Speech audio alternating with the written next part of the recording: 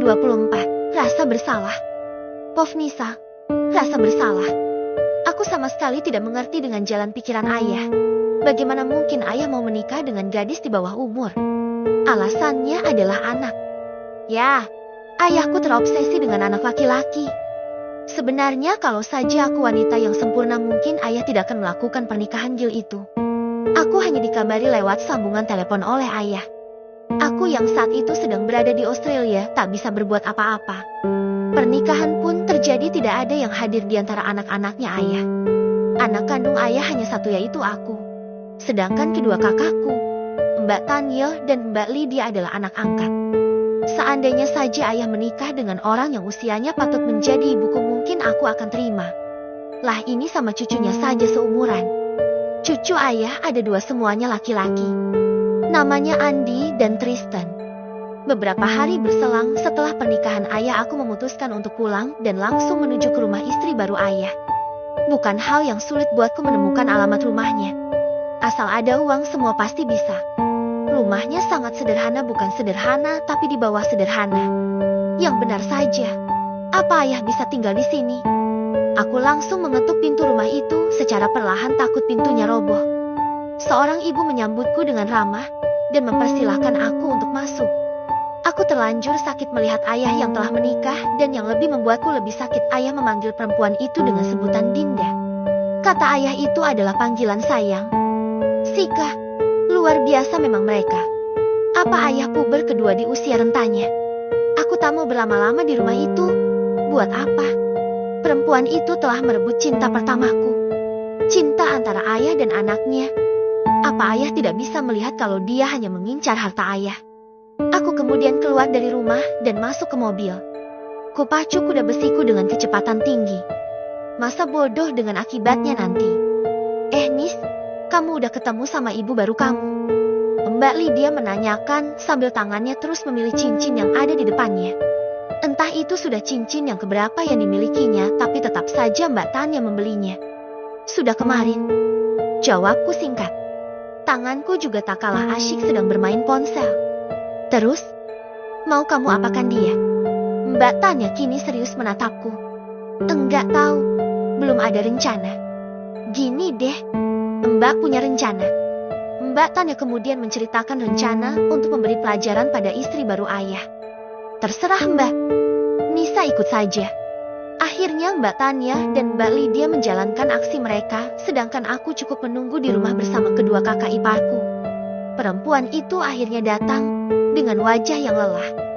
Aku utarakan apa yang selama ini aku pendam terhadap perempuan itu. Bahkan aku mengatakan kalau dia sudah menjual tubuhnya entah kepada banyak laki-laki. Ternyata dia membalas ucapanku dan mengatakan kalau kami miskin hati. Keterlaluan banget dia. Aku menamparnya dan menjambar rambutnya. Ini pertama kali aku berbuat demikian terhadap orang lain. Aku saja bingung kenapa aku bisa sekejam itu. Saat sedang melakukan aksiku, tiba-tiba ada yang melaporkan kalau ayah sudah datang. Lantas, aku menyuruh kedua kakak iparku untuk membawa perempuan itu untuk diikat dan dilakban kemudian taruh di gudang. Belum lagi sampai di gudang ayah sudah keburu datang. Ayah marah dan mengancam akan mencoret kami dari daftar warisan. Begitu cintanya kah ayah dengan perempuan itu hingga menggantikan posisiku di hati ayah. Aku sama sekali tak peduli dengan ancaman ayah. Bodoh amat. Berbeda dengan kedua kakakku dan kakak iparku. Mereka langsung panik mendengarnya dan meminta maaf kepada ayah. Aku tetap bergeming.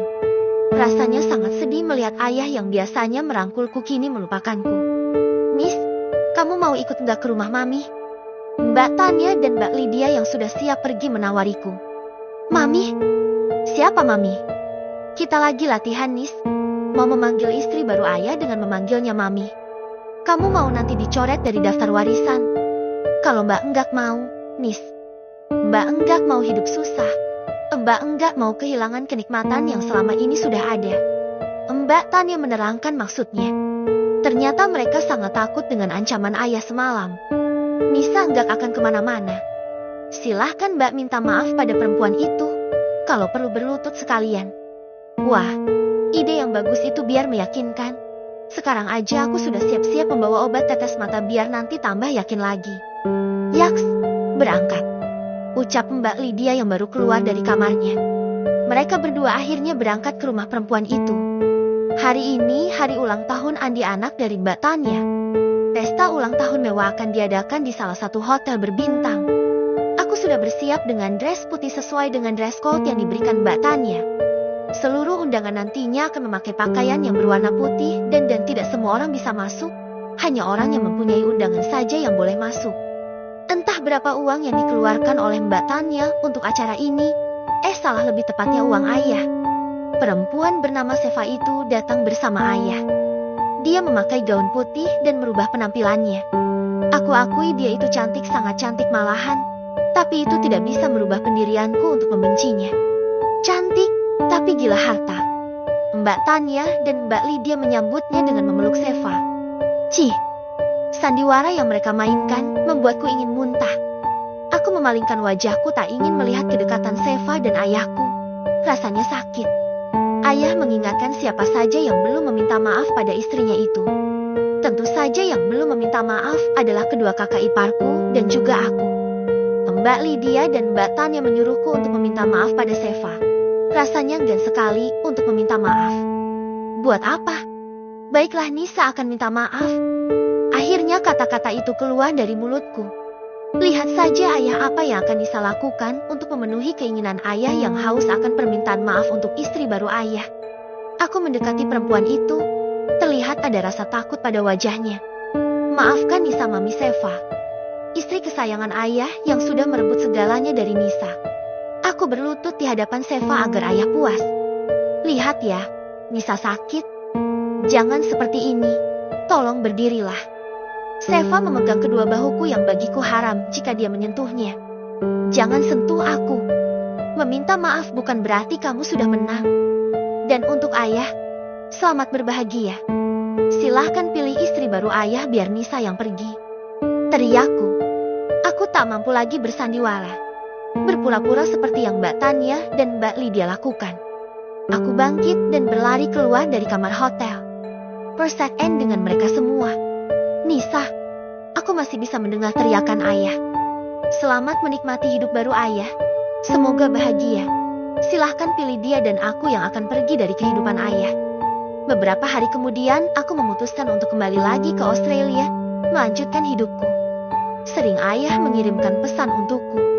Menanyakan kabar, bahkan tak pernah lupa mengirimkan uang. Namun, tak pernah sekalipun pesan ayah yang aku balas.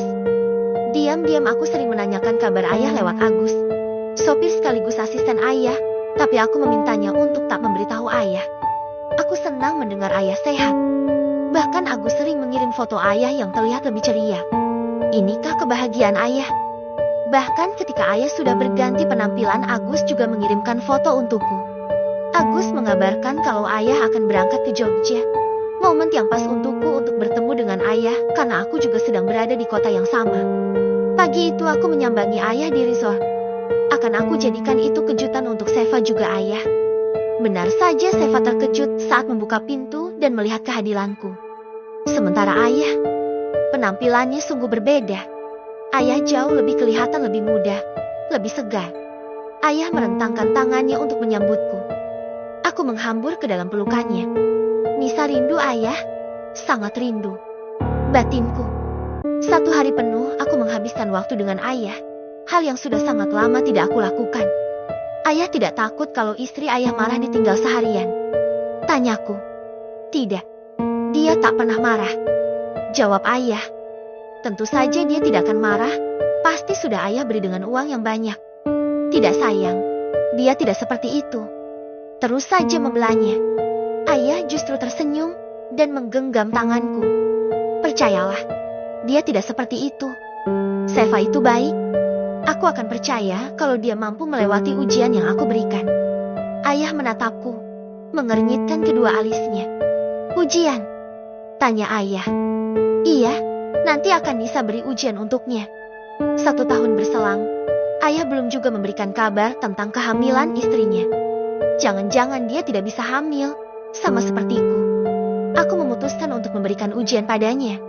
Awalnya ayah menolak mentah-mentah tentang rencanaku. Berarti benar kalau dia hanya mengincar harta ayah. Ucapku waktu ayah terus menolak rencanaku. Ya sudah, ayah setuju. Tapi dengan syarat jangan bertindak di luar batas. Semua harus sesuai dengan persetujuan ayah. Akhirnya hari itu aku mulai masuk ke rumah yang ayah tinggali. Aku selalu bersikap ketus padanya. Bahkan saat dia akan pergi, aku meminta mobilnya untuk aku pakai. Dia memberikannya tanpa melawan.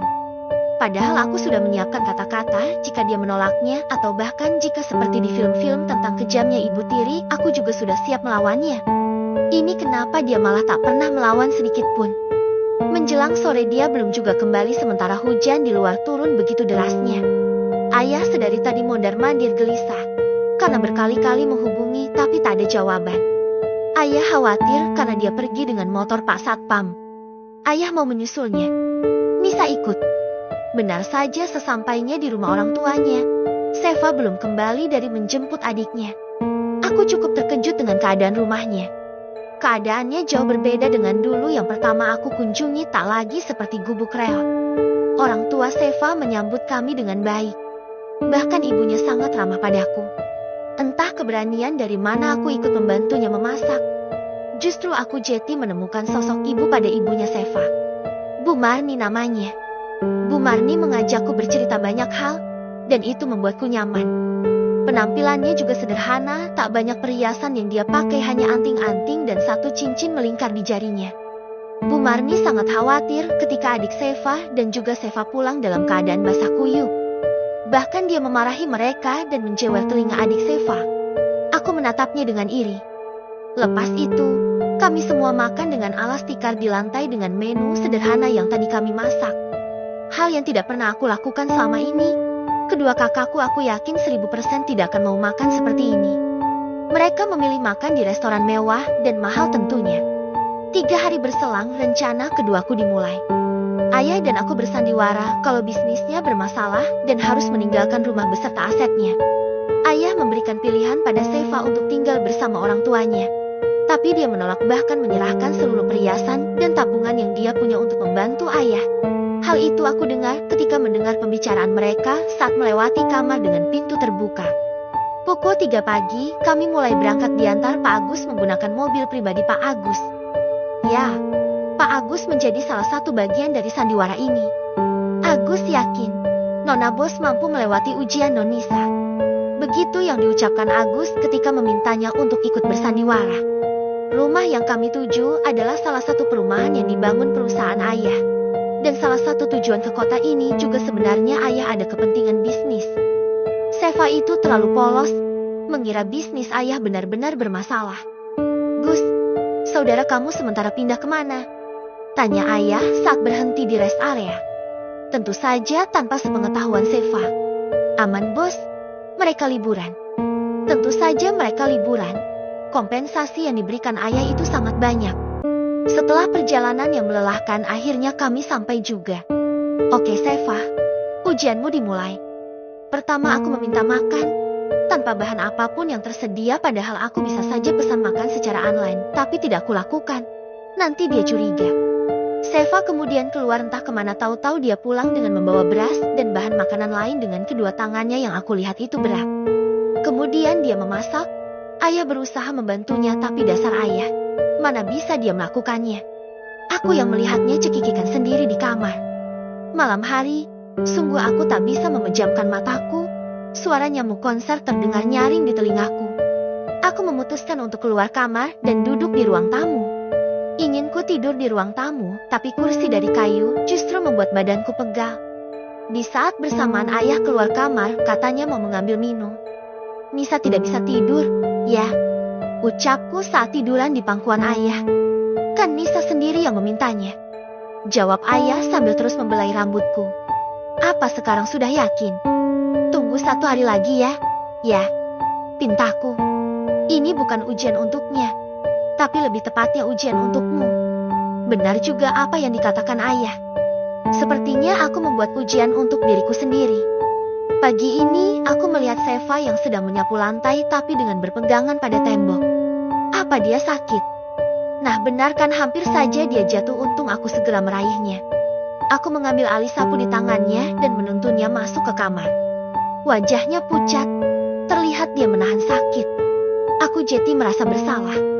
Aku akan membelikan obat untuknya dan menghubungi ayah agar segera pulang. Sudah cukup sandiwara yang aku lakukan. Aku akan jujur padanya. Aku pamit padanya untuk keluar. Padahal aku akan mencari obat untuknya. Aku terus menyusuri jalan untuk menemukan apotik. Setelah aku membeli obat, aku kemudian menghubungi ayah lalu pulang. Saat melewati jalan yang sepi, seorang laki-laki menyeret tanganku dan membawaku ke depan deretan ruko yang sepi. Oh Tuhan, aku sangat takut. Hei, lihat. Aku dapat mangsa yang sangat cantik. Laki-laki itu mengucapkannya pada kedua temannya yang sedang bermain kartu. Hebat kamu. Dapat dari mana? Mereka mulai mengelilingiku, bahkan salah satu dari mereka sudah menyentuh pipiku. Refleks aku menendangnya, tapi justru dia membalas dengan menampar pipiku. Lepaskan aku. Aku mohon. Ada apa ini? Lepaskan dia. Aku berpaling ke arah suara. Dia Seva. Seva, tolongin Nisa. Ucapku seraya menangis. Kamu siapa? Mau jadi sok pahlawan? Laki-laki yang memegang tanganku justru menyerahkanku pada laki-laki yang lain. Teriak laki-laki yang tangannya aku gigit, lalu aku berlari sembunyi di belakang badan Seva. Mbak Nisa, ayo lari. Seva memukul laki-laki itu dengan balok kayu yang ditemukannya, lalu menyeret tanganku untuk berlari. Mbak Nisa, cepat lari duluan, nanti cari bantuan. Biarkan aku di sini dulu.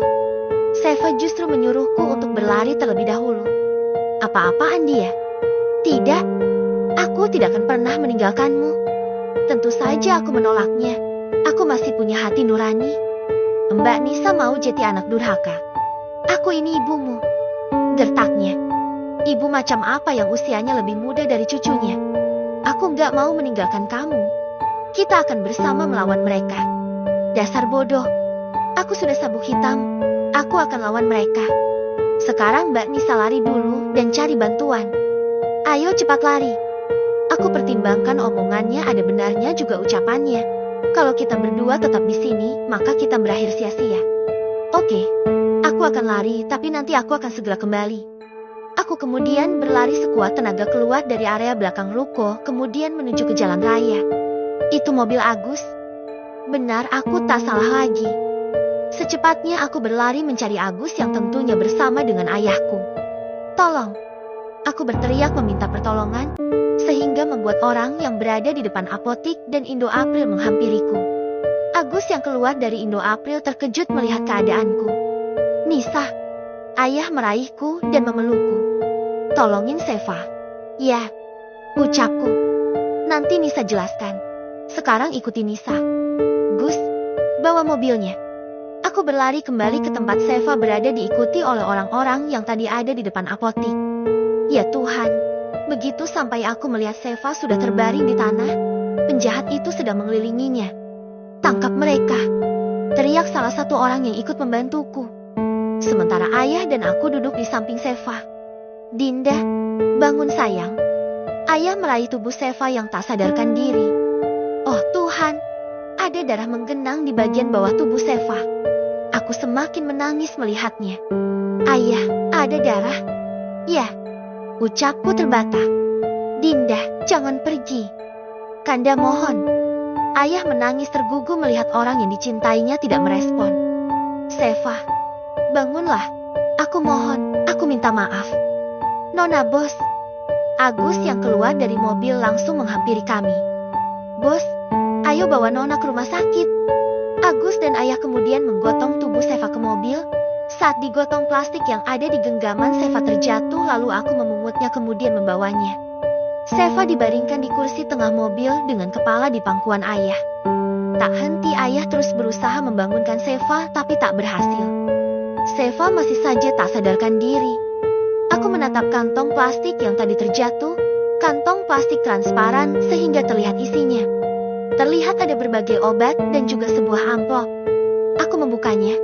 Mungkin itu hal yang penting, pikirku. Aku tercengang melihat isi amplop itu. Sebuah kertas hasil pemeriksaan dan juga sebuah alat tes kehamilan.